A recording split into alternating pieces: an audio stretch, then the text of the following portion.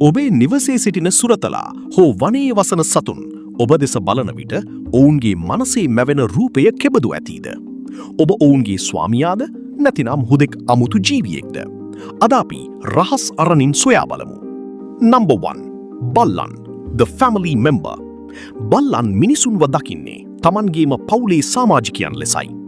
ඔවුන්ගේ මොළය පරීක්ෂා කිරීමේදී හෙළිවී ඇත්තේ ඔවුන් තම ස්වාමියා දකින විට මොළයේ සතුටට වග කියන කොටස ඉතා වේගයෙන් ක්‍රියාත්මක වන බවයි.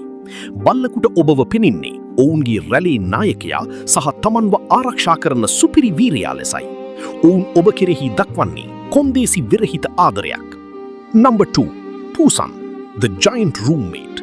පූසන්ගේ දැකීම බල්ලන්ට වඩා සම්පූර්ණයෙන්ම වෙනස්.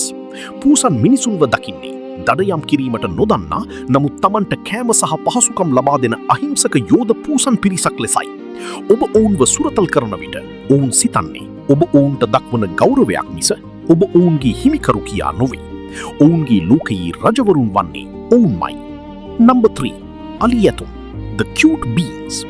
විද්‍යාඥයන් පවසන ආකාරයට අලියතුන් මිනිසුන් දෙස බලන්නේ ඉතාමත් ආදරණීය හැඟීමෙනුයි.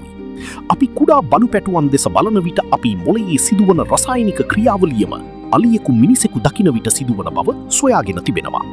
ඔවුන්ට අපි හරිම හුරතල් සහ කුඩා ජීවීන් කොට්ටාසයක්. ඔවුන් බොහෝ විට මිනිසුන් සමග කටයුතු කරන්නේ ඉතාමත් ඉවසීමෙන්. Number 4. කුටියන්, the rival hunters. වනගත කුටියකු හෝ දිවියෙකු මිනිසෙකු දකින්නේ ඉතාමත් සීරුවෙන්. ඔවුන් අපව දකින්නේ ඔවුන්ගේ දඩයම් භූමියට පැමිණෙන තවත් එක් දඩයම්කරුවෙකු හෝ අනතුරක් ලෙසයි.